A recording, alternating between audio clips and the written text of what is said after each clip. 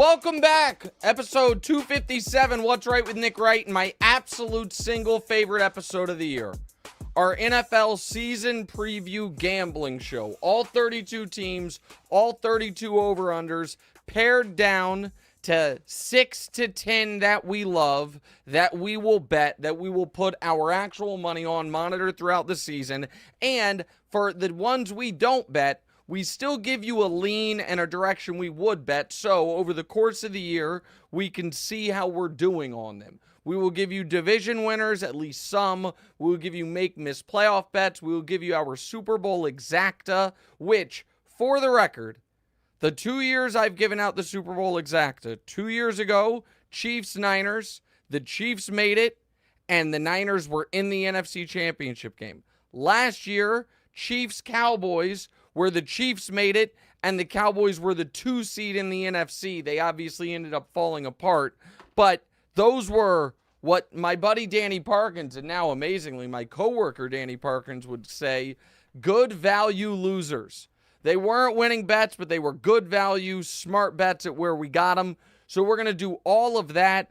I also am going to give you a bit of a premise on how I do some of this work throughout the show. But first, what missed the cut? CeeDee Lamb signs the most inevitable contract extension ever. 4 years, 136. Nick Chubb missing at least the first 4 games, and the Chargers sadly and scarily get stuck in the elevator. Damonza, are you as excited for this show as I am?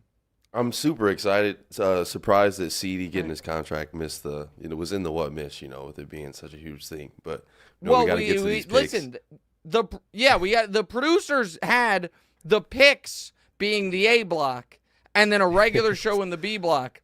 And I was like, well, that's going to be a 3.5-hour show. I don't know how long they think it's going to take me to go through all 32 over-unders and then another 20 bets we're making, but it wouldn't be a nice, tight 20. By the way, on that note, I did want to, well, actually, I don't even remember what I wanted to say, so we'll just get to it. Oh, I will give one other note. 2 years ago when we did this, we made a lot of money and we won. Last year, we did very poorly on our exotic bets, as you will see later in the show, because we're accountable. We're going to show you all of our picks from last year, where we went right, where we went wrong, and how we're going to try to learn from that experience this season. So there's the premise. Damonza, get us going. Yeah, so last year our gambling preview was Diora's last show, so I feel like that probably gave us some bad vibes, put us off to a bad start. But this year, well, that's not nice, your sister. I'm starting it off, and I'll be here all throughout to help you. So first off, well, that's good. Yeah, go ahead. Amazing. I'll be here throughout. But yeah, so first off, we've got the teams that we're not betting, or in other words, stayaways. Are stayaways. Yeah. Okay, so there are going to be about 20 of these that I don't have a strong enough feel on to put money on, but I still like a side. Meaning, none of these teams am I going to say, the number's perfect. I'm not giving you a thought on it. So these we're going to roll through, and we have them ordered from the highest projected win total to the lowest win total of the teams we're not betting on, if that makes sense. So we will start with the Niners, whose projected win total is 11.5. Oh, one other thing. Sorry, I'm just so excited. We are, because we're adults and we're actual gamblers, we are going to do this show with the real juice attached to it. So the Niners total is 11.5, but that does not mean, well, if you bet over or under, it's, minus 110 on both. Like on almost all of these, there is significant juice on one side or the other. By the way, if you're listening right now and you're like, what do you mean by juice? This show might not exactly be for you, or you just need to not worry about the minutiae of the gambling talk. Just keep in mind, as always, thank you. As always, Damonza, with everything football gambling related, if I say a minus number, we're not talking point spreads here, that is how much you have to wager to win $100. If I say a plus number, that is how much you win if you wager $100. Okay? So that is the very simple way to look at it. The Niners total is 11.5.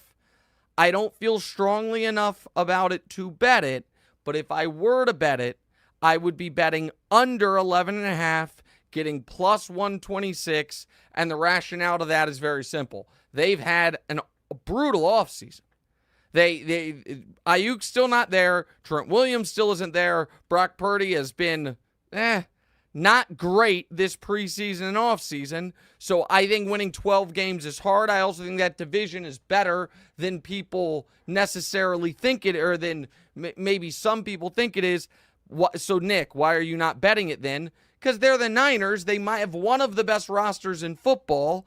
I think there are better spots, and I just think there are better spots to go out there and put your money on it. By the way, speaking of the division, what Damonza, and I'm curious how you feel about this because you haven't seen this from me, but this will inform the audience about the rest of the show. One of the things I do is I power rank the divisions on my own when I'm thinking about projected win totals, okay?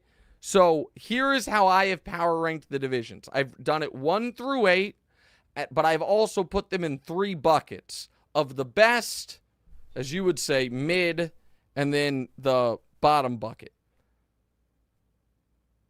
Best division in football, I believe, is the NFC North. I think you have the Lions, the Bears, the Packers, who are all good.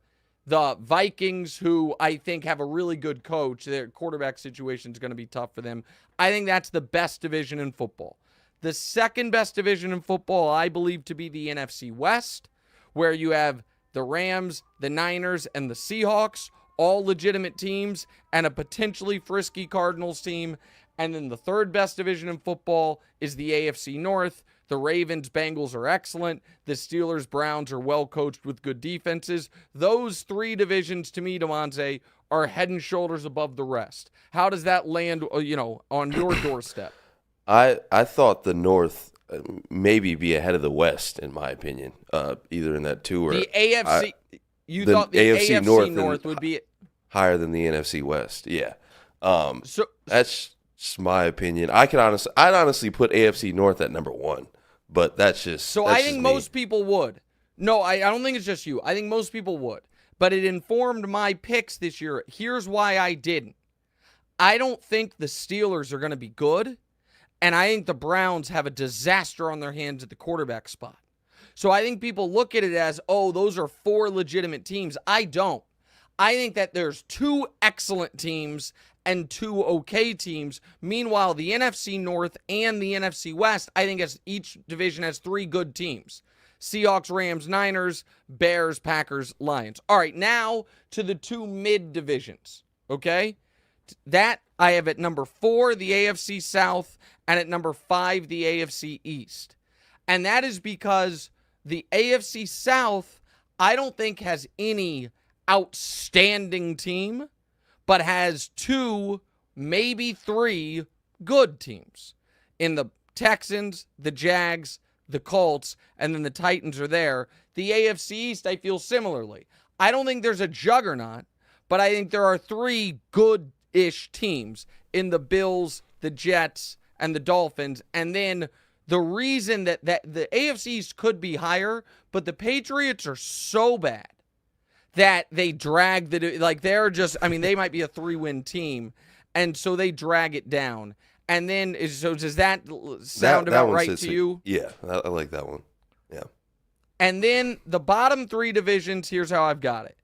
Number 6, the NFC East, where I am not, as you will see, as high on Philly as a lot of people. Dallas has not had a great offseason. The Commanders could be interesting, and the Giants will be terrible. The AFC West I have at 7 because the Chiefs are awesome.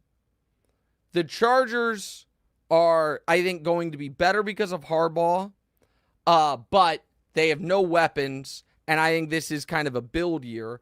The Broncos are one of the least on paper, talented teams in the league, even though I actually think they'll be sneaky better than people think this year. And the Raiders are brutal. And then obviously in last is the NFC South, as it has been regularly over the last few years. So that's how I ranked the divisions. NFC North, NFC West, AFC North, followed by AFC South, AFC East, followed by NFC East, AFC West, NFC South. All right, now back to our actual gambling show. We're 10 minutes in. We've given out one over-under. This is why we couldn't do the CeeDee Lamb topic. Detroit, the total is 10.5. You know what? I want to do this.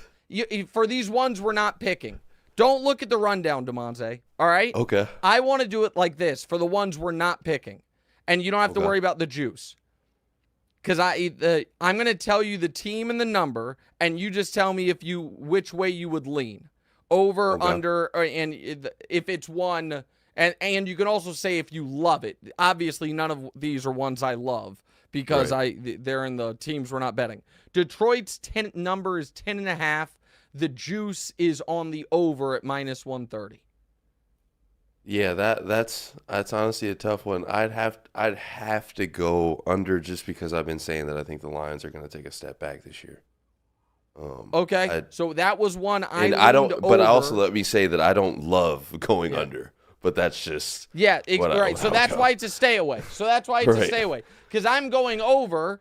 And I have a team in their division making the Super Bowl in Chicago. So I it's obviously conflicted. But if I had to go one way, I'd go over. All right, Baltimore's total is 10.5. It's juiced to the under at -122. I'd bet the over. I love it. I think Lamar Jackson's going to have his best season ever, which is crazy because he's had some really good regular seasons. But I just think all the cards are on the table for Lamar Jackson at this point. And he can just play football, and I think it's going to go very well. They got everybody they had last year, with the respect of Odell. Except here's so they have all their weapons, but lost a couple offensive linemen, lost a couple defensive pieces, and lost their defensive coordinator. So, these are not ones I feel strongly about, but I would lean under. Buffalo's number is 10.5, juiced heavily to the under. It's like -155 for the under on that. Buffalo's total is 10.5. Which way do you lean? I'll go under on it. Yeah, that's you and I on the. I'm glad that these are stayaways because you and I have disagreed on all of them so far. To me, I like the over, and this is where the juice on this matters. To me, Buffalo, this is a perfect number. Buffalo is going to win 10 or 11 games. So if I can get +135 on the over and -155 on the under, I would go over for Buffalo. But again, these are stayaways. Yeah. All right. We'll do this faster in this regard. Here are the teams at 9.5 that we're staying away from. Houston and Atlanta. They are both at 9.5. They are both -140 juice to the over. How do you feel about each of those teams? Houston at 9.5. I'd say I like that one. I like the over on it. I'd go over on it. Okay, that's where I would be leaning as well. Go ahead. Next. Was the second one was Atlanta. Over. Yeah, I call it over. I'd be cool with going over on 9.5 on Atlanta. So me too. Again, these are stayaways, but that's how I feel. Houston, I think there's a little too much like Super Bowl buzz, but I don't think they're gonna be bad. So they're going to be at, at least 500. So 500 puts you at 9-8 essentially. So I would tend to lean to the over there. And Atlanta, I really like the addition of Judon, the addition of the safety. All of a sudden, the defense isn't such a disaster if Kirk's healthy. All right, here are the 8.5 teams. The Chargers, the Browns, the Colts, and the Steelers are all 8.5. Obviously the juice, we don't have to get into it on these that we're staying away from because the juice varies. Where would you lean on Chargers, Browns, Colts, Steelers? All 8.5. Chargers at 8.5. I'd go.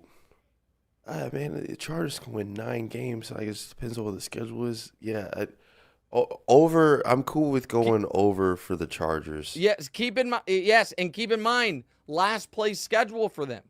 Because they were so bad last year. They were worse last year than the Raiders and Broncos. and Yes. the Harbaugh bump. So I'm with you. I'd be an over for the Chargers. And this, some full disclosure here, this would have been a bet. I would have bet the over for the Chargers if Herbert didn't get the plantar fasciitis. That one worries me. The walking boot worries me. And I know they're saying he's going to be healthy week 1, but all the internet doctors say it could flare up. And so that made it a stay away. Otherwise, I would have done it. All right, the other 3 are Cleveland, Indy, and Pittsburgh. They're all 8.5. Indy, I'm gonna go under 8.5. I'm sorry, Anthony Me too. Richardson. I know. I want to root for Anthony Richardson, and I know they won 9 games with Gardner, but I'm also going under. Next, so Cleveland, Pitt. Cleveland, 8.5. I'd say Cleveland. I'd go over on Cleveland. I'm not gonna go under on it. Okay. I mean, not Cleveland. Right, I'm sorry, well, Pittsburgh. Pittsburgh. Oh. Pittsburgh. Oh, okay. Cleveland. Yeah, I guess. Yeah, no, I'd go under, but not just because you said. Okay, anything. That was not the two names I that just think Deshaun. I think Deshaun's going to potentially get benched. I mean, it's weird that they brought in Jameis. That's just something to watch. Pittsburgh. I think their quarterback situation is going to be a disaster. I think they will get it figured out pretty fast. I don't think they'll. They'll cut the cord quick if something's not working. But I don't think that they. I think the options are this car has a flat tire and this car has a blown transmission. It's not like figuring it out. It's like, nope, we're just not gonna actually get too far. Okay. I think this is the year Tomlin's streak breaks. All right. There's a bunch of 7.5s. Okay. And again, if people are just joining us, which would be weird because it's a podcast, but maybe you are. Maybe you're joining late live on YouTube. These are the bets we're actually not making. These are our stayaways, but I still want to be on the record for all 32 teams. Here are the 7.5s. Pardon me. Minnesota, Tampa, Seattle, New Orleans, Arizona. Those are all the 7.5s. So Minnesota, I want to go first on Minnesota, then we go to the others. Minnesota, to me, was going to be a bet at under 7.5 because Darnold's not good. He's just not good. Hawkinson is on the PUP list. They've had defensive injuries. But the juice, they should just move the number to 6.5. The juice on the under is minus 170. I can't lay minus 170 on a season win bet involving one team. I'm just not doing it. Over? So the over is like plus 150, but they're also not winning 8 games. So you're kind of stuck there. I mean, maybe they could, I guess, because they have a great coach in Justin Jefferson. Yeah. So all right. So Tampa, Seattle, New Orleans, Arizona are the other 7.5s. It's interesting because those 4 teams are all probably fighting. Vegas thinks they're fighting for the final wild card spot in the NFC. Thereabouts. How do you lean on those 4 teams? New Orleans, I'd go under. I know that. And then Seattle, 100%. And Seattle, New Orleans I'd to me, lean over. and also Derek, I'd lean over for Seattle as well. I say 100%, but I have it as a stay away. So that's kind of weird. Maybe I feel more strongly about New Orleans than I thought. But that division makes it feel like they could win 8 games and miss. And then you didn't give us, and I agree with you on Seattle as well. I like Geno, I like Mike McDonald, but I think that division's really tough. Then Arizona and Tampa are the other 7.5s. Tampa 7.5. Mm-hmm. Yeah, I'd give Tampa 8 wins. Yeah, I gotta give respect. I agree. Arizona's the last one. Arizona's, yeah. I don't know. I'm not comfortable. I'd go under on Arizona. I'm not Me comfortable too. placing All right. over with it. So after those first 5, you and I actually are in somewhat of agreement on most of these. All right, now to the worst, the lowest totals, or 3 of the lowest totals in the league as we finish our stayaways. Tennessee is 6.5. I'm leaning under. Maybe Will Levis will be good, but I don't think so. Carolina and New England are both 5.5. I'm leaning under for Carolina, over for New England, just because I think the opposite of that. Oh, go ahead. No, I Sorry. like Drake May. I think Bryce Young might be able to fit in Drake May's pocket. And so if I'm going to have to pick one of these guys with a bad offensive line and a young quarterback, I'll take the big one. And then we have an announcement to make, because you might be hearing the stayaways and being like, oh, you know who wasn't on the stay away list? The Jacksonville Jaguars, whose number is just 8.5, and the juice is only minus 115 on the over. So I have an important announcement to make. I believe in the Jags. I believe in the Prince. However, in reviewing last season's gambling show, we had a lot tied up in Jacksonville. If the Jacksonville Jaguars had won one more game, we would have had a profitable season.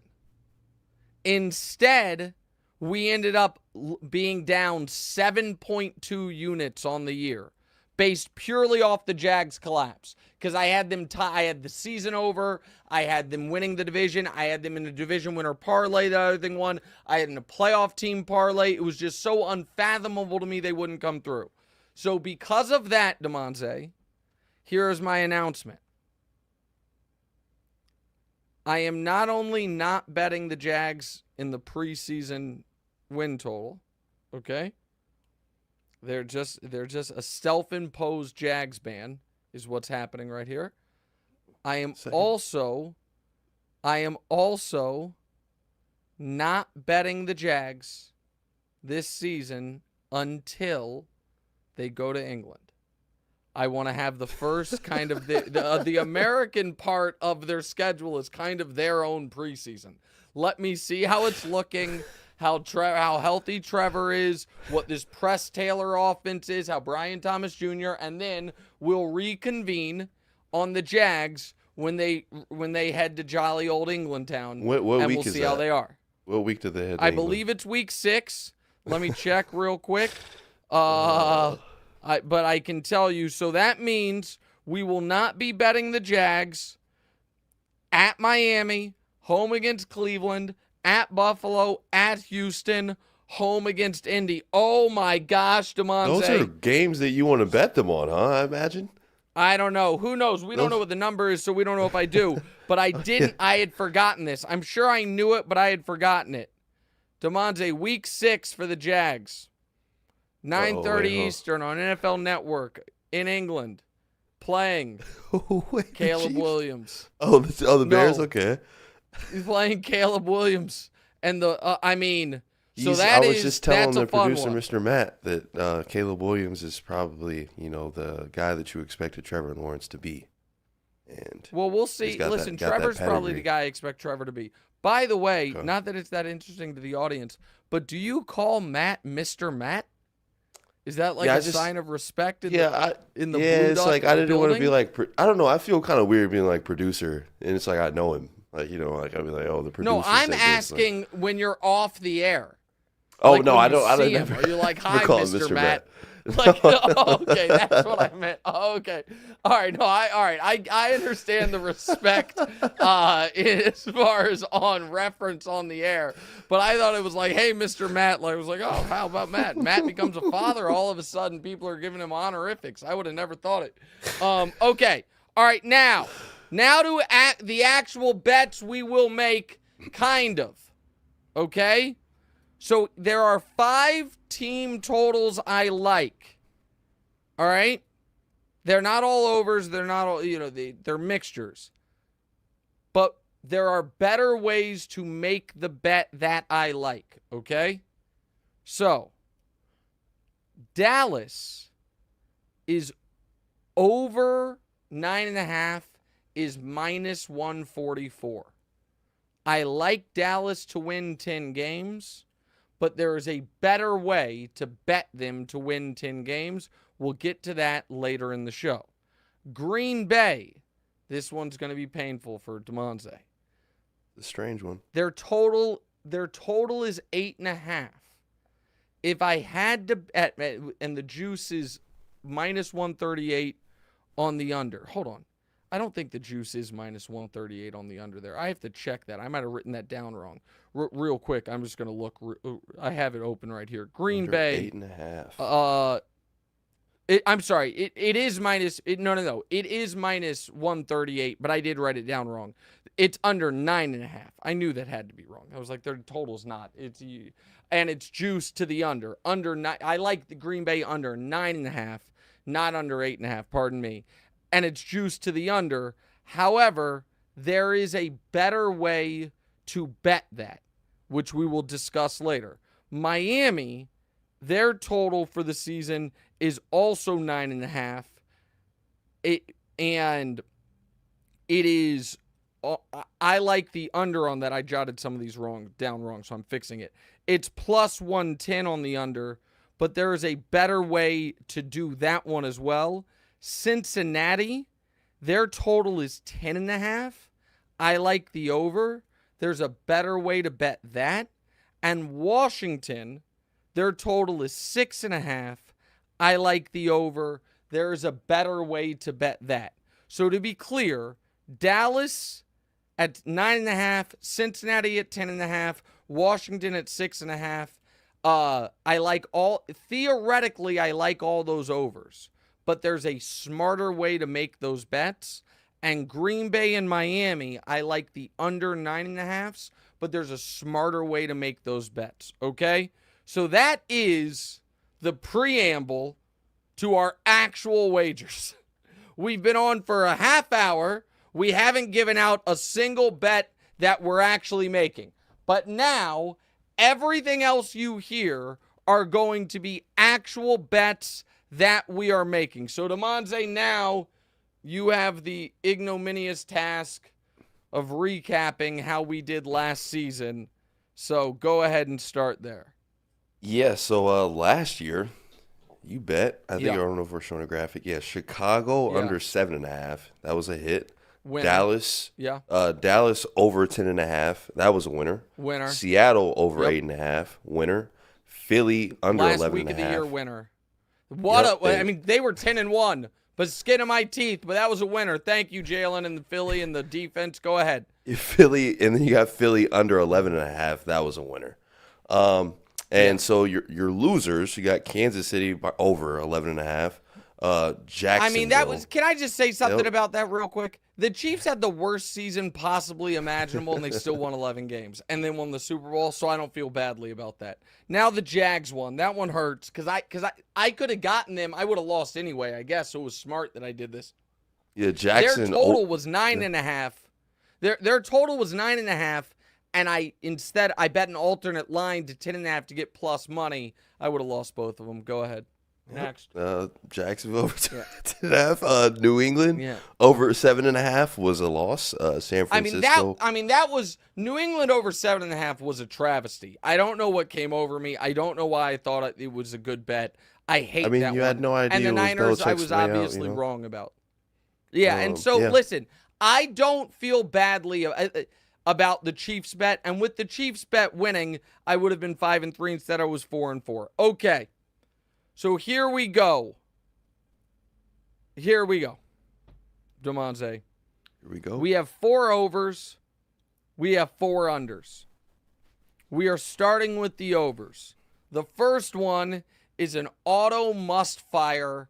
I do not care that they actually didn't, for the first time in the Andy Reid era, didn't hit their over last year. The Chiefs over 11.5. The juice is only minus 112. They had the worst season imaginable last year, and they won 11 games.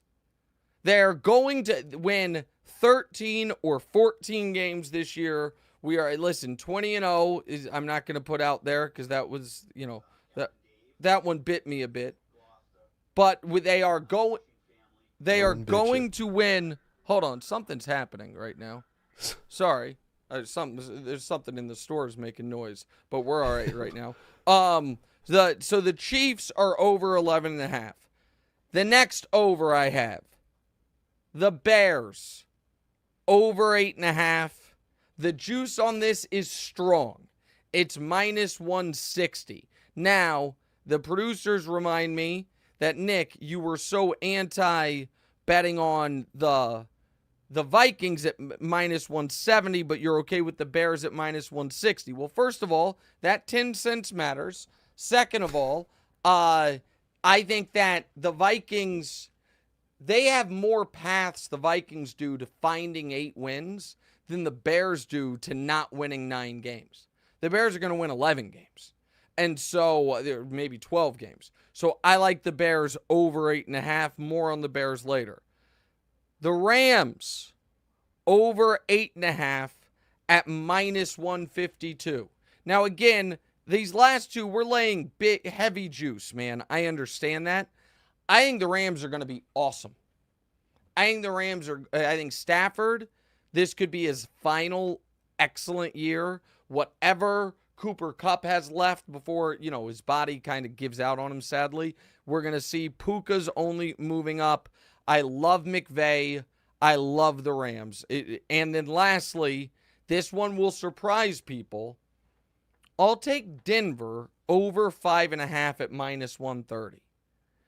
Denver last year won 9 games with, in my opinion, bad quarterback play. I think that Bo Nix is my number 1 pick of young quarterback who will Denver won 8 games last year, pardon me. Young quarterback who will trick box score watchers, meaning people were like, oh, Bo Nix, further ahead of schedule than we thought, when in reality what we're going to see is Sean Payton is going to give him a training wheels offense, and because he's your age, Damonza, he's going to come in. It's going to be very Mac Jones rookie year-ish.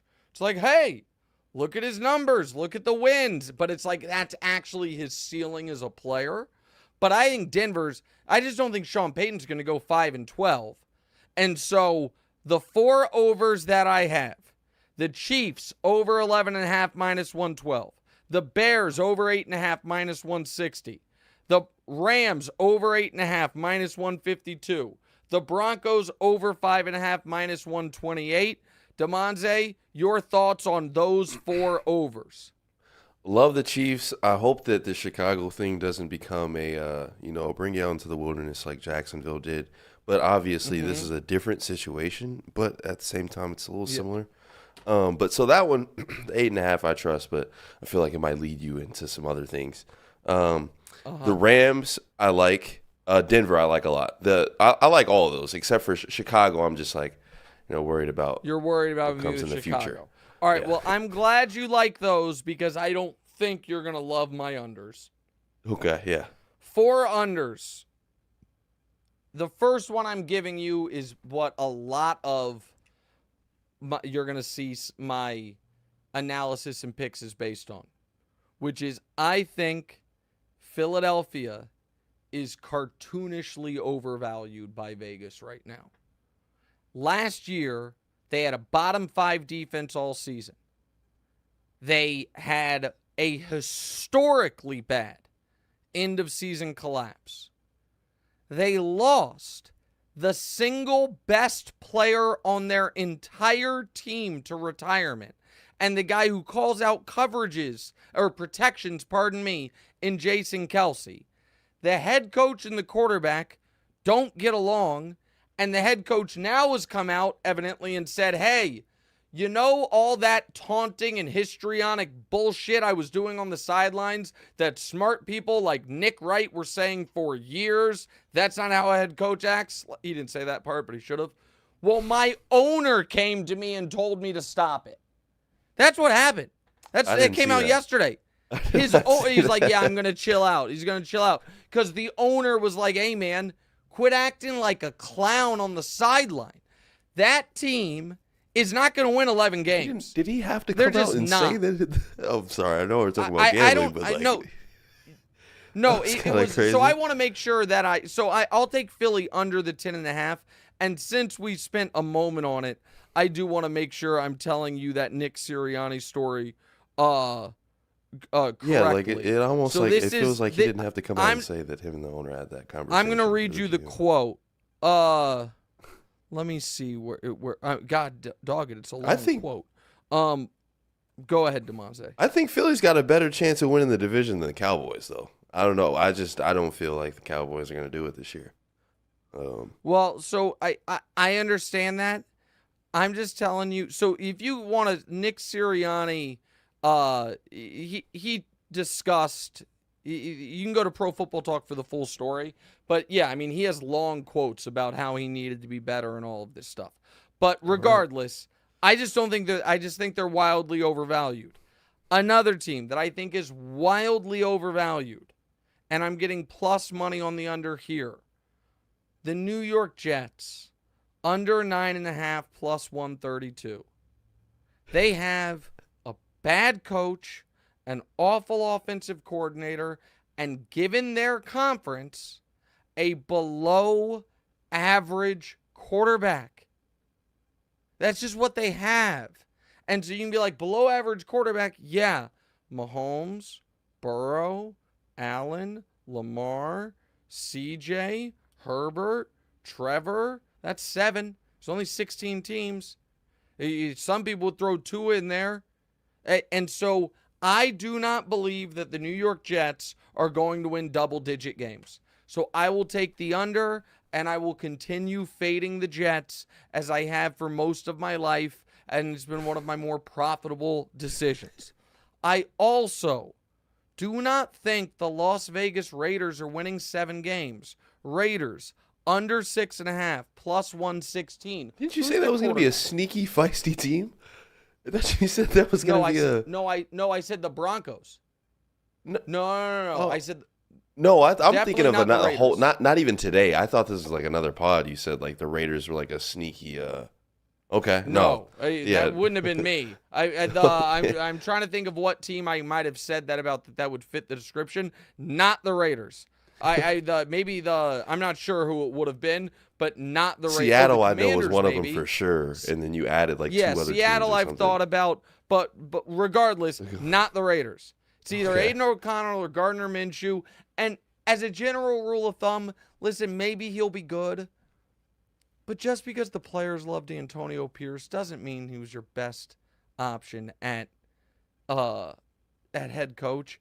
And if I needed a little extra push to one side or another, your quarterback and your star defensive player doing the old double thumbs up with old 45. Get out of here, man. I don't think Damonza gets the reference. It doesn't matter. The 45 is the number President Trump was. That picture was annoying. The team stinks. They've been embarrassing forever. And so I just that's actually not my analysis of the Raiders, but that also reconfirmed this is an unserious team. And they did the Patrick Mahomes. They did the Patrick Mahomes thing. They have I don't think they're gonna have I think the home field's gonna be tough because so many people are gonna travel to Vegas for bachelor parties and vacation and gambling, and they're gonna do it when their team's in town. Also sneaky, they have a second place schedule, because they ended up winning 8 games last year. Yeah, because the Chargers won 5. They and Denver both won 8. Yeah, so that's a tough one. So I'll take under 6.5 for the Raiders. And then the juice is minus 140, so I don't love it. But the Giants might be the worst team in the league. The Giants is getting under 6.5. It's just an under. Daniel Jones is going to get benched. Drew Lock's going to play. He's a Kansas City kid. I'd like him to do well. He won't. And it's just an under.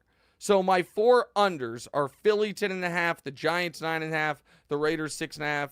I'm sorry, the Jets 9.5, the Giants 6.5, and the Raiders 6.5. I just realized, gosh darn it, this is not a great strategy for me from a geographical standpoint. Yeah, a life popularity thing.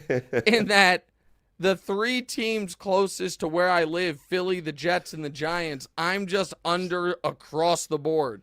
Meanwhile, far off lands of Los Angeles, Denver, Kansas City, and Chicago, I'm high on their teams. And, I mean, that's unbelievable now that I look at it. In jeopardy, man. You the 3 teams... Right. It will help. And that's what I was going to say. The 3 teams in the cities closest to me, I'm on the under. and the one team in the city I most enjoy visiting in Vegas and will definitely visit during the season, I'm on the under. All right, so there's our 8 picks for the team totals. Chiefs, Bears, Rams, Broncos, over. Philly, Jets, Giants, Raiders, under. We give you some division winners, which last year was the death of our bankroll. Some make-miss playoffs, and of course our Super Bowl exacta. That's all next. What's right?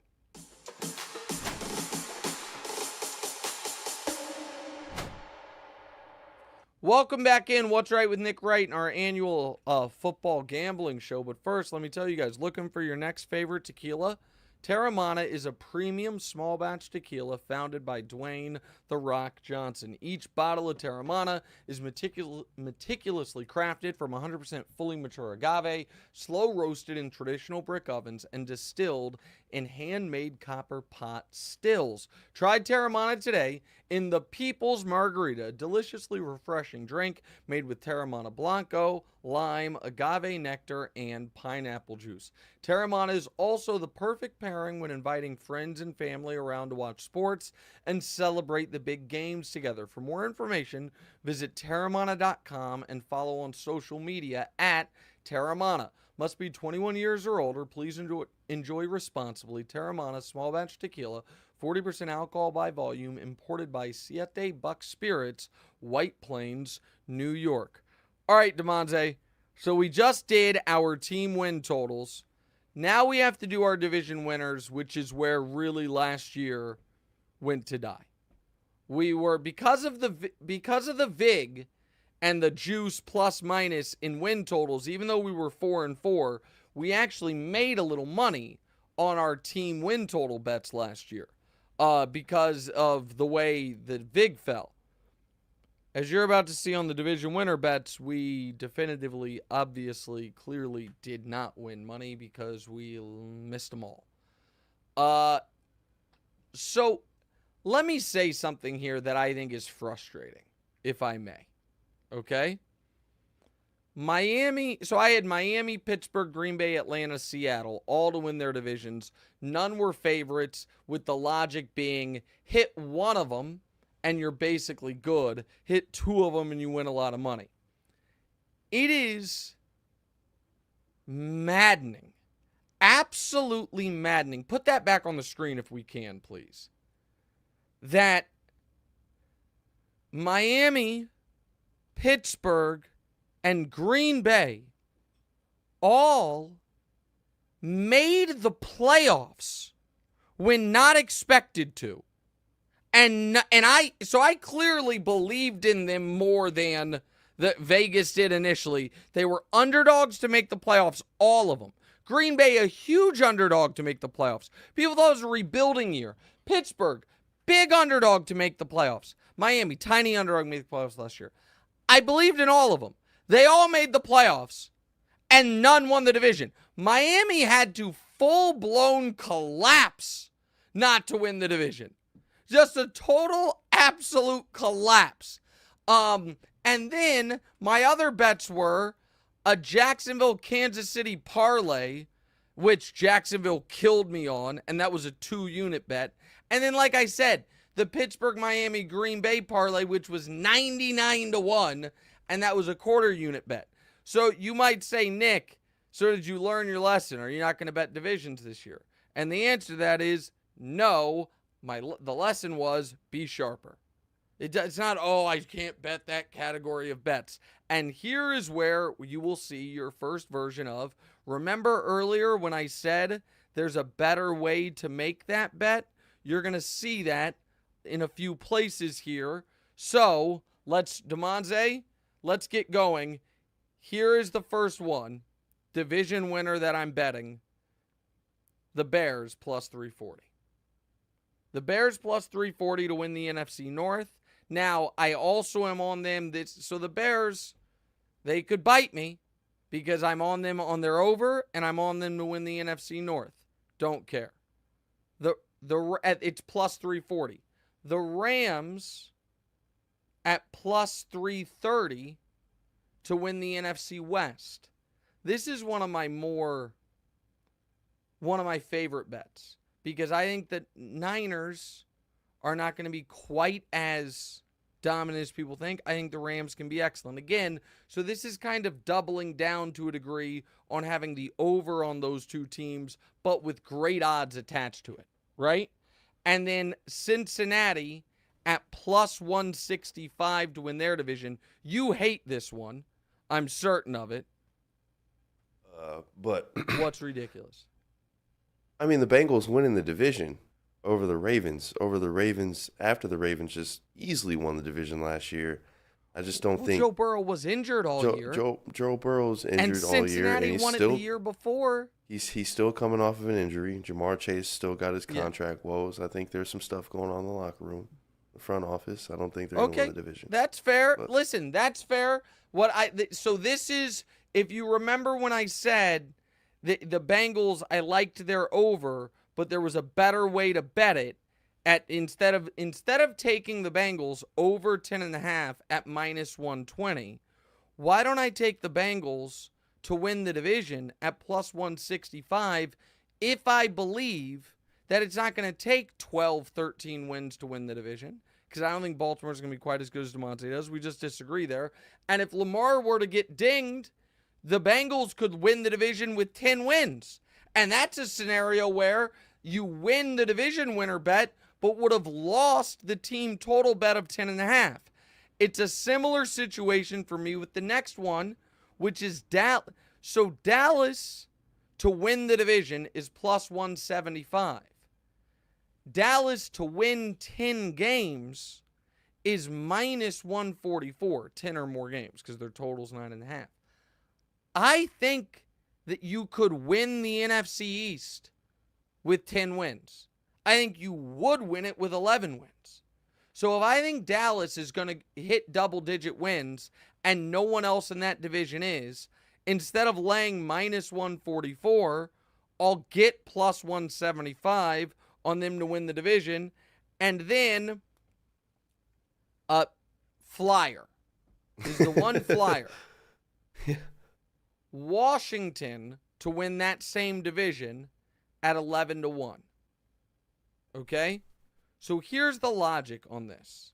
It's simply saying Philly's not going to be good. I'm basically putting a half unit at plus 175 and a half unit at 11-1 and basically pretending the Giants don't exist because they might as well not, and saying somebody's got to win that division. It's not going to be the Giants, and Philly's not going to be good. And the Washington, every year, I don't know who it's going to be, but every year, Damonza, there's a shocker. And I don't have it pegged. Last year it was Houston. Shocker. Legit, like, what? And so I don't know who it's going to be, but when we say shocker, shocker is not the Bengals go from worst to first. Shocker is one of the following teams: New England, Tennessee, the Broncos, the Commanders, the Panthers. That might be the full list. Like, one of those level teams is in the mix for the postseason. And I'll just take, I'll take a small flyer on Washington for that reason. And then this is maybe, Damonza, you don't like it, that's fine. This is my second favorite bet on the sheet because it's almost 10-1. It is a Chiefs, Bills, Bengals division winner parlay at plus 975. I think the Chiefs obvious. I think the Bills are still the best team in the AFC East. And Cincinnati, I think, is going to be excellent. And I think Baltimore's defense is going to take a step back. So, again, you don't love these. That's fine. It's good you're placing half units. Yeah. Half units. That is the other thing I learned from last year. We'll go half unit on these divisional wagers. They're plus money, big plus money odds. So instead of last year, we had 5 1-unit bets, a 2-unit bet, and a quarter unit bet. So we had 7 1/4 units on our division winner bets. This year, 1, 2, 3, 4, 5, 6. We have 6 half-unit bets, so we've, taken 60% of our exposure away. Okay, what's our next category? Our next category is making or missing the playoffs. So last year you bet New York Jets to miss the playoffs. That obviously cashed. Yes. And then you had Kansas City, I had some Dallas. parlays. Yeah. Oh yeah. You had Kansas City, Dallas, and Jacksonville parlayed to make the playoffs. That didn't hit. Cleveland, the Jets, and Detroit to miss. That one didn't hit.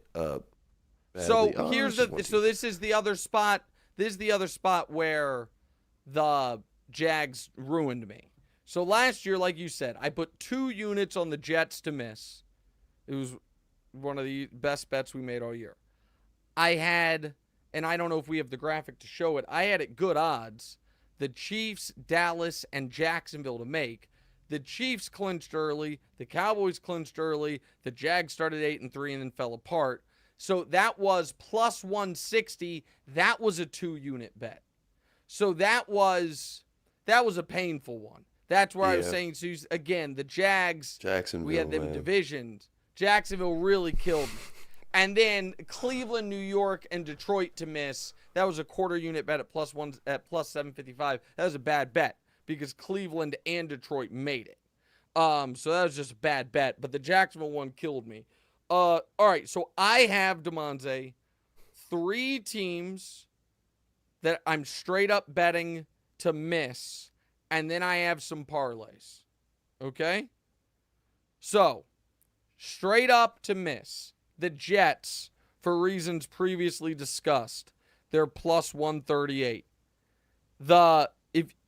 Philadelphia, if you remember earlier, let me find it. Oh no, Philadelphia, as previously discussed, I'm fading them all year, plus 235 to miss. And if you remember earlier, I said for Miami, there was a better way to bet them. Yes. Instead of betting under 9.5, I'm going to bet them to miss the playoffs. And that's where I'm going to get my value from them. So I'm going to go under I'm going to go Miami at plus 128 to miss the playoffs. That's where I'm going to get my value from Miami. The difference in the juice here is just, it's a cheat code. It's awesome that like they both exist. And here's the problem. Here's the reason why. It's because sometimes you value cut yourself. So sometimes the under would have hit, but they make the playoffs. Like, it's the opposite of what you would think. You understand what I mean? So a team whose total is under 9.5 at minus 115, and then they still you bet them to miss the playoffs at plus 120. They go 9-8 and make the playoffs. Right? You know that what makes I mean? sense. So that's you have to have kind of a good idea of what it's going to take to make the postseason and all of that. But I do think sometimes you can find some value in those spots. So those are the only 3 individual make-miss playoff bets I'm making. The Jets at plus 138 to miss, Philly at plus 235 to miss, Miami at plus 128 to miss. By the way, you parlay all I'm sorry, that's a different one. So I'll wait on that one for a moment. That's right. So I'll get to that in a moment. Now, this right here, Damonza, this parlay I'm about to give out is my favorite bet on the sheet. I know it says this is a 2-unit bet. I'm adjusting that in real time. This is going to be a 3-unit bet. Okay? The following 4 teams to miss the postseason: the Giants, the Raiders, the Steelers, the Saints. Those 4 teams to miss the playoffs, you get plus 200. Those 4 teams, not a single one of them is going to get to 9 wins. The only one that could is Pittsburgh because of the Tomlin voodoo, and 9 won't get you to the playoffs in the AFC in that division. It's plus 200. It's 3 units. We're locking it in. Now, go ahead, Damonza, go. No, that was very fair with the Pittsburgh. I was a little worried, but yeah, they are in a division where that amount of 100%. No, I like that a lot. I see why you put 3 units on it. All right. So now a different parlay. To make the playoffs, this is much harder because it's longer odds. The Chiefs, free money. The Bills should do it. And then the 2 teams I'm riding in the NFC, the Rams and the Bears, that's 7-1. That's a half unit bet. 2 AFC teams, 2 NFC teams, 7-1, a half unit bet. And then a flyer of 3 teams everyone's high on but me. That Damonza is just going to hate this bet, but that's okay. Green Bay, the Jets, and the Eagles, all to miss. It's plus 1720, and that is a quarter unit bet. So let's just look at this. I'm going to very quickly, I should have done this before. I'm going to do this in real time. I apologize for doing math on the air, and we're going to figure out how many units that I have laid out before we get to our Super Bowl exacta. On my overs, I'm just doing the juice in my head. 1.1 plus 1.6, we're at 2.7, plus 1.5, we're at 4.2, plus 1.3, we're at 5.5, plus 1, plus 1, plus 1, we're at 8.5, plus, oh, that's perfect, plus 1.5. All right, we risked 10 units on our team totals. On our division winners, we already told you 6 half unit bets, so we're at 13. On our missed the playoff bets, those Jets, Eagles, Dolphins, there were 3, we're at 16. We have a 3 unit bet on a parlay, so now we're at 19. We have a make the playoffs bet for a half unit, we're at 19.5. We have a quarter unit bet there. We're at 19.75. That's perfect. So we have basically 20 units out in the ether leading into our favorite bet of the year, our Super Bowl exacta. These are on general principle 1 unit bets every year. We're not going small on these because you can't go small because then when you finally do hit it, you're going to be sick. Damonza, last year, what was it? We can show the audience, even though they already know, I'm sure. You bet Kansas City versus Dallas and Kansas City to defeat Dallas. That was that. Kansas City versus Dallas was at plus 3,050. Kansas City defeating Dallas was at plus 5,000. And that did not cash, but hey. Famously, the year before, we had Kansas City versus the Niners at 50-1 and Kansas City beat the Niners at 85-1. And then Brock Purdy, you know what I mean? The curse of Brock Purdy. He gets his elbow blown up. The Eagles run away with it. We don't get to see it. This year, everybody knows what it is.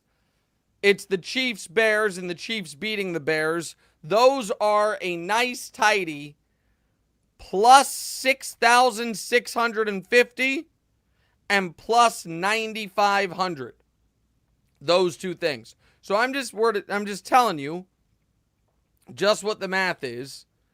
We're getting plus 6,600 and plus 9,500. What's up, Damonza? Yeah, I feel like this almost like negated all the good picks you just gave out. For this. You don't believe in Caleb Williams? I don't believe that the Chicago Bears are going to make the Super Bowl and Caleb Williams' first year. I get this is one of the more whimsical picks, and you can be a little bit more, hyperbolic. But it's, hey man. So. Plus Daniel, 9,500. So Daniel just wrote in, isn't putting the Chiefs versus the Bears as a bet itself a hedge that the Chiefs could lose in the actual Super Bowl. He's saying, why would I not just put 2 units on the plus 9,500 as opposed to 1 unit on the matchup and 1 unit on that? Mm-hmm. And I understand that. I think this is one of the many times Daniel thinks he's like, got him. Here's why, Daniel. My dear friend, Let me put it to you in Denver Nuggets terms, okay? Let's say you think that the Nuggets are going to win the championship this year and that the Nuggets are going to play Boston in the finals. Okay? You think that that's what it's going to be. You could just bet Denver over Boston for however much you want. Or you could put a unit on each right now at these odds. And then what you can do is, when the first one comes in, you can make a 600 unit bet or whatever you want on the actual game, on the series. So I think the opportunity to have an extra $66,500 in my pocket headed into the Super Bowl to then fire some of that on the actual game, it has a real value to me. So don't listen. Daniel's my guy and I love him, but there aren't many things that'll offend me. Accusing me of trying to hedge a bet will offend me. Listen, as we once upon a time almost made the T-shirt that said it.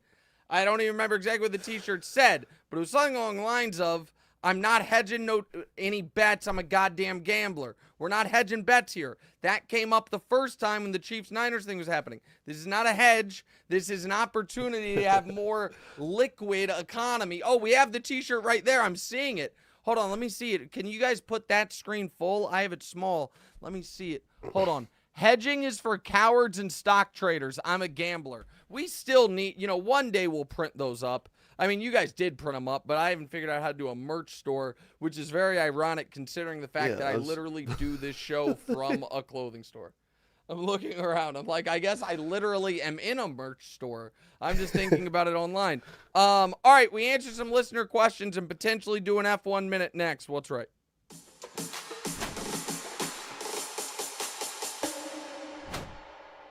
All right, welcome back in. What's Right with Nick Wright, episode 257, our gambling show.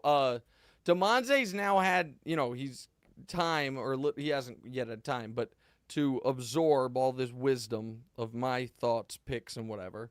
On Thursday's show, Damonza,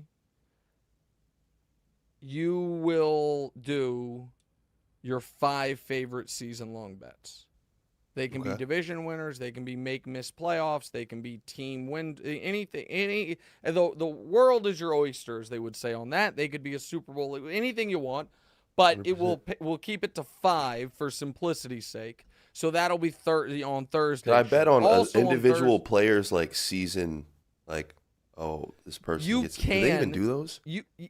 They do those. Those are very typically square markets. And if you're going to bet on that, the only chance you really have is to have like 7 or 8 gambling apps and shop the lines. Because those individual player markets will vary wildly. You know what I mean? So it's like, will Garrett Wilson have 1,000 yards for simplicity? Yeah, on some, but just so the audience knows, in some places, like if you're gonna do. Are we still there? Oh, we've been rolling so good. Then I started moving around. In some places, if you're gonna do that, you really gotta shop it, because it could be I'll try to think of an example, but some places will have. Again, I'm just creating one out of thin air. Garrett Wilson have 1,000 yards. That might be minus 120 on one website and plus 200 on another. Like, there's just so much variance. But all right, before we get to the listener questions, though, it has been a while. I'll be totally honest, Damonza.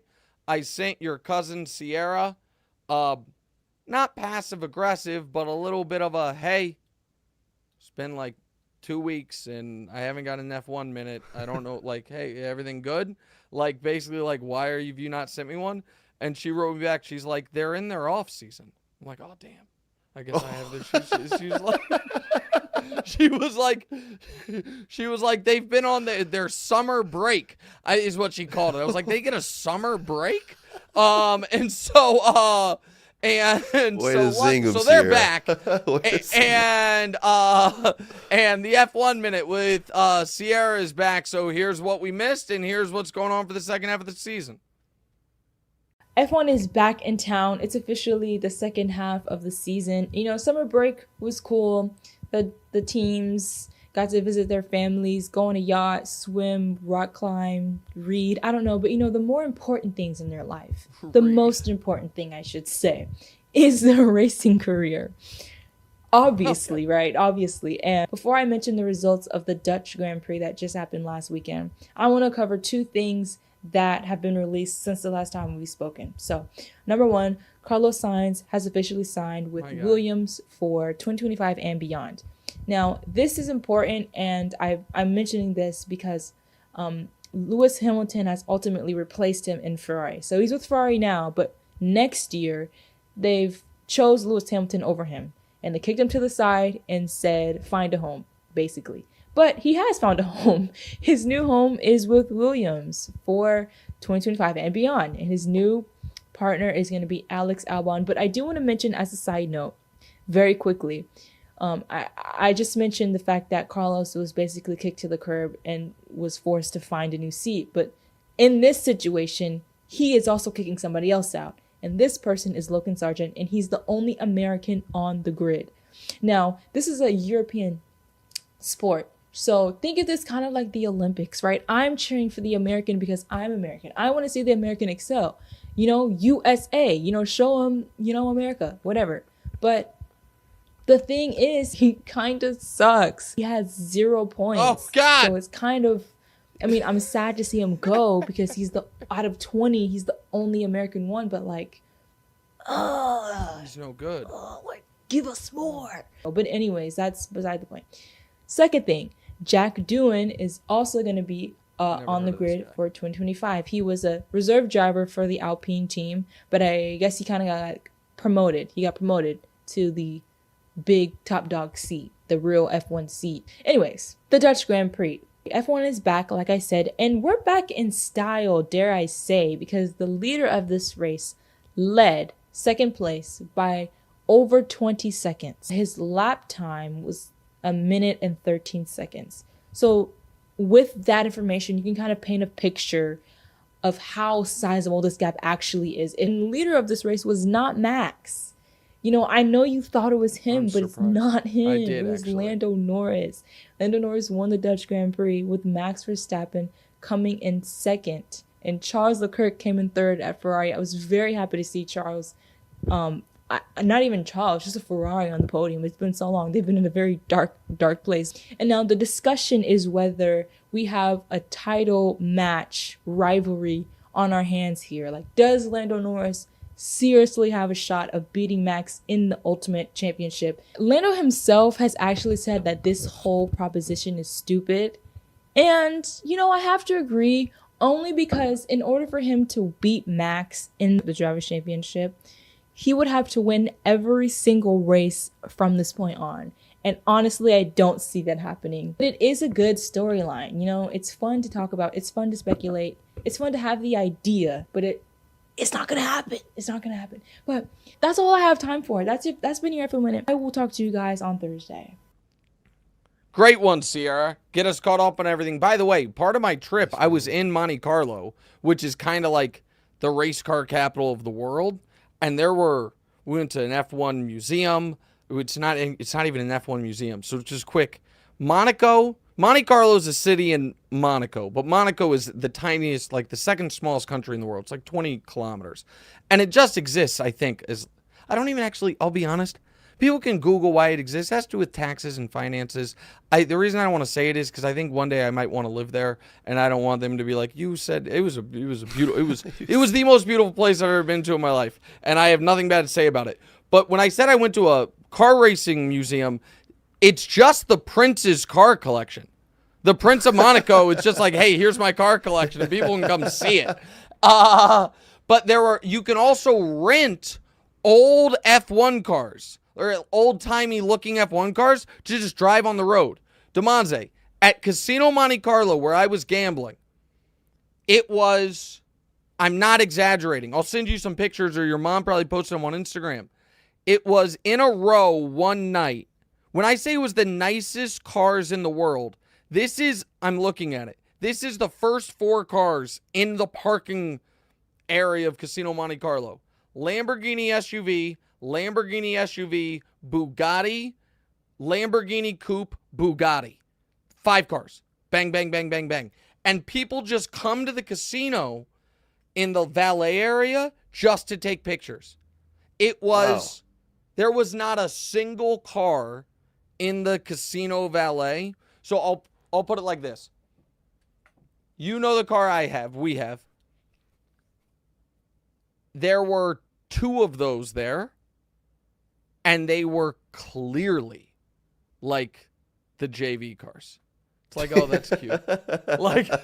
like you put time and thought and money into this, but like, be serious. Like the adult JV section cars is hilarious. Here. Yeah, like I mean that's what it was. And I've never seen anything like it. Okay, now to the listener questions. What's the best way to fade Deshaun Watson if you believe in the Browns but not their quarterback?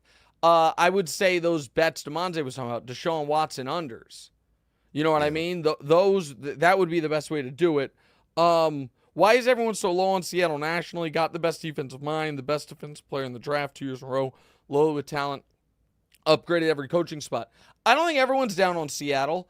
And I think that people don't like them as much as the Rams and the Niners, and it's tough. Is it going to be a 3 playoff team division? I think people are worried about the offensive line. I think that's the biggest question, and I think a lot of people don't. I believe in Geno mostly. I think a lot of people just don't believe in Geno. Curtis Matthews, do you see this year's quarterback class going down as one of the best in history? Let's see him play a single game first. -4-2. What do you think? Who do you think will have the best season? Tony Pollard in Tennessee, Stephon Diggs in Houston, or Fields Russ in Pittsburgh? I would take the unders across the board on that group of players, but I guess Diggs in Houston. I just don't know how much he's going to be targeted. If you were to do head coaching tiers, where would Eberflus sit? That's too long of a question to get into right now. Nick, no Baker love. The odds for the Bucs winning the NFC has to be up there. I just think Atlanta is built perfectly to win a division and lose their first home playoff game. I just like I kind of just want to bet on that exacta right now. Atlanta wins the NFC South, plays the best wild card team, so probably the Niners, and gets rocked on the turf in their building. Like, I just think that's going to happen. The producers are wondering if the Bills to lose in the divisional round at plus 450 as the exact stage of elimination is a good bet. It's hit 3 years straight. I don't think it's a good bet. I think I think you would get better. I just think you would get better odds on the Bills. Bet them to make the playoffs. Take the money you make on that, on them, on the money line in their first playoff game, and then bet that on the money line in their second round. So you understand what I mean? So like I think that you would get a cumulative better than 450 on that sequence rather than just betting it right now. Nathaniel says Mahomes over under 40 passing touchdowns. I love the over there. Scott Frazier says Pats under. Come on, they go 1-7 to start. Whoever starts and finishes 2 games against the Bills. Man, it just, as a general rule, betting the under on the worst team in the league is just a little square. Like betting the under on the smallest number out there. I just don't love it. Timo Cruz says he's invested heavily in Nico Collins over 975 yards. Just be careful investing heavily on any individual player prop, because you're just one tweaked hamstring of like, oh, well, that bet's dead. That's also why if you're actually betting player props, unders are smarter, because you can hit it just because they don't, they were overvalued. You can also hit it like Justin Jefferson last year averaged 100 yards a game and hit under in everything because he missed 6 games. So like I listen, I'm not a player prop guy. I'm not a fantasy guy. That's it. All right, Damonza, this is a great show. This is awesome. Sure. I love this show every year. No Colin today because he's off. But go ahead. What were you about to say, pal? Let's win some money. Ready to win some money. Let's win some money. Let's do it. But what I will tell you is, in 9 minutes, you can check out episode 2 of Breakfast Ball with Craig Carton, Mark Schlereth, and my guy Danny Parkins. Episode 1 was super fun. Check it out if you haven't seen it yet. I'll be on the air in 3 hours. What's right? Hey, thanks for watching. If you're still here, do me a favor. Hit the subscribe button, then hit the bell so you can be notified when we have new episodes. After you've done that, one more favor, go to your favorite audio platform of choice and subscribe there as well. Don't forget, we're live every Tuesday and Thursday, 10:30 a.m. Eastern-ish. 10:35, 10:40, it sometimes changes, but that's why you hit the bell. You hit the bell so you're notified. You subscribe so we can get to 200,000 followers. We're right around 150,000. We'd love to get to 200,000, get Damonza another plaque. So like, subscribe, rate, send a rating too. Do all that cool stuff. Thanks, guys.